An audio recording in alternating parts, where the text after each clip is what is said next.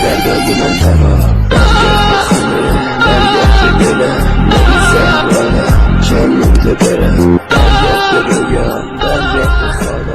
پرندوں سے دل بہلایا کرو، سپاہگری اس آدمی کے لیے خطرناک کھیل ہے جو عورت اور شراب کا دل دادا ہو۔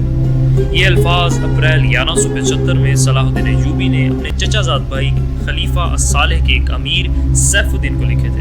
ان دنوں میں صلیبیوں کو درپردہ مدد اور زرع و جواہرات کا لالچ دیا اور صلاح الدین ایوبی کو شکست دینے کی سازش کی تھی۔ صلیبی یہی چاہتے تھے، انہوں نے حملہ کیا، الصالح اور سیف الدین نے ان کی مدد کی۔ صلاح الدین ایوبی نے ان سب کو شکست دی۔ امیر سیف الدین اپنا مال و متاع چھوڑ کر بھاگا۔ اس کی ذاتی خیمگاہ سے رنگ برنگ پرندے، حسین و جوان رقاصائیں اور گانے والیاں، ساز اور سازندے اور شراب کے مٹکے برآمد ہوئے۔ صلاح الدین ایوبی نے پرندوں کو، ناچنے گانے والیوں اور ان کے سازندوں کو رہا کر دیا اور امیر سیف الدین کو اس مضمون کا خط لکھا: تم دونوں نے کفار کی پشت پناہی کر کے ان کے ہاتھوں میرا نام و نشان مٹانے کی ناپاک کوشش کی، مگر یہ نہ سوچا کہ تمہاری یہ سازش عالم اسلام کا بھی نام و نشان مٹا سکتی ہے۔ تم اگر مجھ سے حسد کرتے تھے تو مجھے قتل کرا دیا ہوتا۔ تم مجھ پر 2 قاتلانہ حملے کرا چکے ہو، دونوں ناکام رہے۔ اب ایک اور کوشش کر کے دیکھو، ہو سکتا ہے کامیاب ہو جاؤ۔ اگر تم مجھے یہ یقین دلا دو کہ میرا سر میرے تن سے جدا ہو جائے تو اسلام اور زیادہ سر بلند ہو جائے گا، تو رب کعبہ کی قسم میں تمہاری تلواروں سے اپنا سر کٹواؤں گا اور تمہارے قدموں میں رکھ دینے کی وصیت کروں گا۔ میں تمہیں صرف یہ بتا دینا چاہتا ہوں کہ کوئی غیر مسلمان کا دوست نہیں ہو سکتا۔ تاریخ تمہارے سامنے ہے، اپنا ماضی دیکھو۔ شاہ فرینک اور ریمانڈ جیسے اسلام دشمن صلیبی تمہارے دوست صرف اس لیے بنے کہ تم انہیں مسلمانوں کے خلاف میدان میں اترنے کی شہ اور مدد دی۔ اگر وہ کامیاب ہو جاتے تو ان کا اگلا شکار تم ہوتے، اور اس کے بعد ان کا یہ خواب بھی پورا ہو جاتا کہ اسلام صفحہ ہستی سے مٹ جائے۔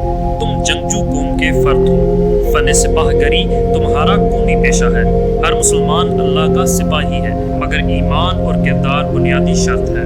تم پرندوں سے ہی دل بہلایا کرو۔ سپاہ گری اس آدمی کے لیے خطرناک کھیل ہے جو عورت اور شراب کا دل دادا ہو۔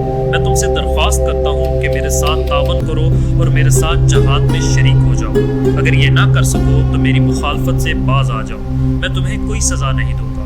اللہ تمہارے گناہ معاف کرے، آمین۔ ایک یورپی مورخ لین کو لکھتا ہے، صلاح الدین ایوبی کے ہاتھ جو مال غنیمت لگا اس کا کوئی حساب نہیں تھا۔ جنگی قیدی بھی بے انداز تھے۔ صلاح الدین ایوبی نے تمام تر مال غنیمت 3 حصوں میں تقسیم کیا۔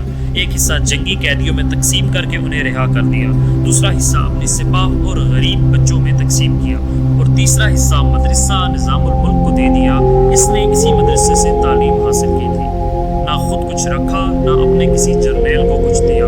اس کا نتیجہ یہ ہوا کہ جنگی قیدی، جن میں بہت سے مسلمان تھے اور باقی غیر مسلم، رہا ہو کر صلاح الدین ایوبی کیمپ میں شامل ہو گئے اور اس کی اطاعت قبول کر لی۔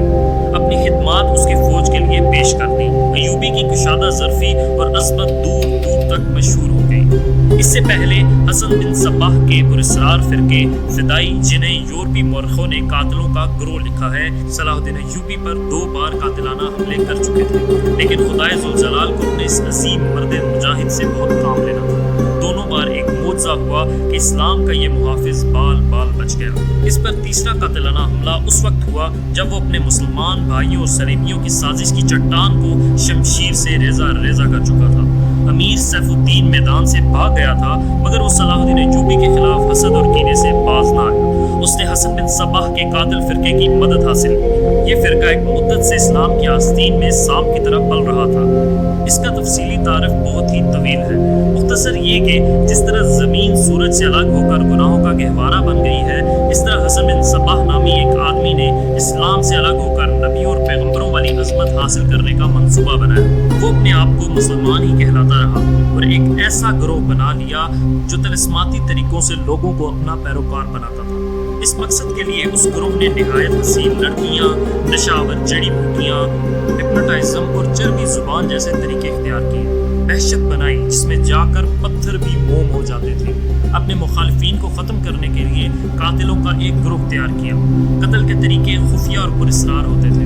اس فرقے کے افراد اس قدر چالاک، ذہین اور نڈر تھے کہ بھیس اور زبان بدل کر بڑے بڑے جرنیلوں کے باڈی گارڈ تک بن جاتے تھے، اور جب کوئی پراسرار طریقے سے قتل ہو جاتا تو قاتلوں کا سراغ ہی نہ ملتا۔ کچھ عرصے بعد یہ فرقہ قاتلوں کا گروہ کے نام سے مشہور ہو گیا۔ یہ لوگ سیاسی قتل کے ماہر تھے، زہر بھی استعمال کرتے تھے جو حسین لڑکیوں کے ہاتھوں شراب میں دیا جاتا تھا۔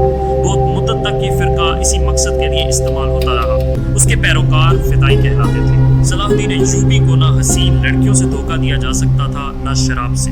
وہ ان دونوں سے نفرت کرتا تھا۔ اسے قتل کرنے کا ایک ہی طریقہ تھا کہ اس پر قاتلانہ حملہ کیا جائے۔ اس کے محافظوں کی موجودگی میں اس پر حملہ نہیں کیا جا سکتا تھا۔ وہ حملے ناکام ہو چکے تھے۔ اب جبکہ صلاح الدین ایوبی کو یہ توقع تھی کہ اس کے چچا زاد بھائی الصالح اور امیر سیف الدین شکست کھا کر توبہ کر چکے ہوں گے، انہوں نے انتقام کی ایک اور زیر زمین کوشش کی۔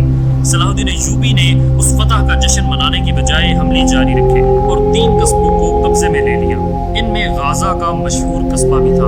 اس قصبے کے گرد و نواح میں ایک روز صلاح الدین ایوبی امیر جاولستی کے خیمے میں دوپہر کے وقت غنودگی کے عالم میں سستا رہا تھا۔ اس نے اپنی وہ پگڑی نہیں اتاری تھی جو میدان جنگ میں اس کے سر کو صحرا کے سورج اور دشمن کی تلوار سے محفوظ رکھتی تھی۔ خیمہ کے باہر اس کے محافظوں کا ایک دستہ موجود اور چوکس تھا۔ باڈی گارڈز کے اس دستے کا کمانڈر ذرا سی دیر کے لیے وہاں سے چلا گیا۔ ایک محافظ نے صلاح الدین ایوبی کے خیمے کے گرے ہوئے پردوں میں سے جھانکا۔ اسلام کی عظمت کے پاسبان کی آنکھیں بند تھیں۔ وہ پیٹھ کے بل لیٹا ہوا تھا۔ اس محافظ نے باڈی گارڈ کی طرف دیکھا۔ ان میں سے 3-4 باڈی گارڈز نے اس کی طرف دیکھا۔ محافظ نے اپنی آنکھیں بند کر کے کھولی۔ 3-4 محافظ اٹھے اور دوسروں کو باتوں میں لگا لیا۔ محافظ خیمے میں چلا گیا، کمر بند سے خنجر نکالا، دبے پاؤں چلا، پھر چیتے کی طرح سوئے ہوئے صلاح الدین ایوبی پر جست لگائی۔ خنجر والا ہاتھ اوپر اٹھا۔ عین اس وقت صلاح الدین ایوبی نے کروٹ بدل لی۔ یہ نہیں بتایا جا سکتا کہ محافظ خنجر کہاں مارنا چاہتا تھا، دل میں یا سینے میں، مگر ہوا یوں کہ خنجر صلاح الدین ایوبی کی پگڑی کے بالائی حصے میں اتر گیا اور سر سے بال برابر دور رہا۔ پگڑی سر سے اتر گئی۔ صلاح الدین ایوبی بجلی کی تیزی سے اٹھا۔ اسے یہ سمجھنے میں دیر نہ لگی کہ یہ سب کیا ہے۔ اس پر اس سے پہلے ایسے 2 حملے ہو چکے تھے۔ اس نے اس پر بھی حیرت کا اظہار نہ کیا کہ حملہ آور اس کے اپنے باڈی گارڈز کے لباس میں تھا، جسے اس نے خود اپنے باڈی گارڈز کے لیے منتخب کیا تھا۔ اس نے ایک سانس جتنا عرصہ بھی ضائع نہ کیا۔ حملہ آور اس کی پگڑی سے خنجر کھینچ رہا تھا۔ ایوبی سر سے ننگا تھا۔ اس نے حملہ آور کی ٹھوڑی پر پوری طاقت سے گھونسا مارا۔ ہڈی ٹوٹنے کی آواز سنائی دی۔ حملہ آور کا جبڑا ٹوٹ گیا تھا۔ وہ پیچھے کو گرا اور اس کے منہ سے ہیبت ناک آواز نکلی۔ اس کا خنجر صلاح الدین ایوبی کی پگڑی میں رہ گیا تھا۔ ایوبی نے اپنا خنجر نکال لیا۔ اتنے میں 2 محافظ دوڑتے ہوئے اندر آئے۔ ان کے ہاتھوں میں تلواریں تھیں۔ صلاح الدین ایوبی نے انہیں کہا کہ اسے زندہ پکڑ لو، مگر یہ دونوں محافظ صلاح الدین ایوبی پر ٹوٹ پڑے۔ صلاح الدین ایوبی نے ایک خنجر سے 2 تلواروں کا مقابلہ کیا۔ یہ مقابلہ 1-2 منٹ کا تھا کیونکہ تمام باڈی گارڈز اندر آ گئے تھے۔ صلاح الدین ایوبی یہ دیکھ کر حیران رہ گیا کہ اس کے باڈی گارڈز 2 حصوں میں تقسیم ہو کر ایک دوسرے کو لہو لہان کر رہے تھے۔ اسے چونکہ معلوم نہیں تھا کہ اس کا دشمن کون اور دوست کون ہے، وہ اس مارکے میں شریک نہ ہو سکا۔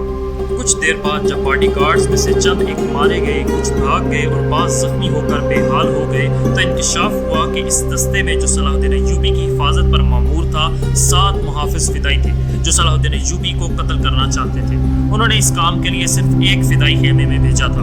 اندر صورتحال بدل گئی، چنانچہ باقی بھی اندر چلے گئے۔ اصل محافظ بھی اندر گئے۔ وہ صورتحال سمجھ گئے اور صلاح الدین ایوبی بچ گیا۔ اس نے اپنے پہلے حملہ آور کی شہرک پر تلوار کی نوک رکھ کر پوچھا کہ وہ کون ہے اور اسے کس نے بھیجا ہے۔ سچ بولنے کے بدلے میں صلاح الدین ایوبی نے اسے جان بخشی کا وعدہ دیا۔ اس نے بتایا کہ وہ فدائی ہے اور اسے گمشتکن، جسے بعض مورخوں نے گمشکن لکھا ہے، اس کام کے لیے بھیجا تھا۔ گمشتکن الصالح کے ایک قلعے کا گورنر تھا۔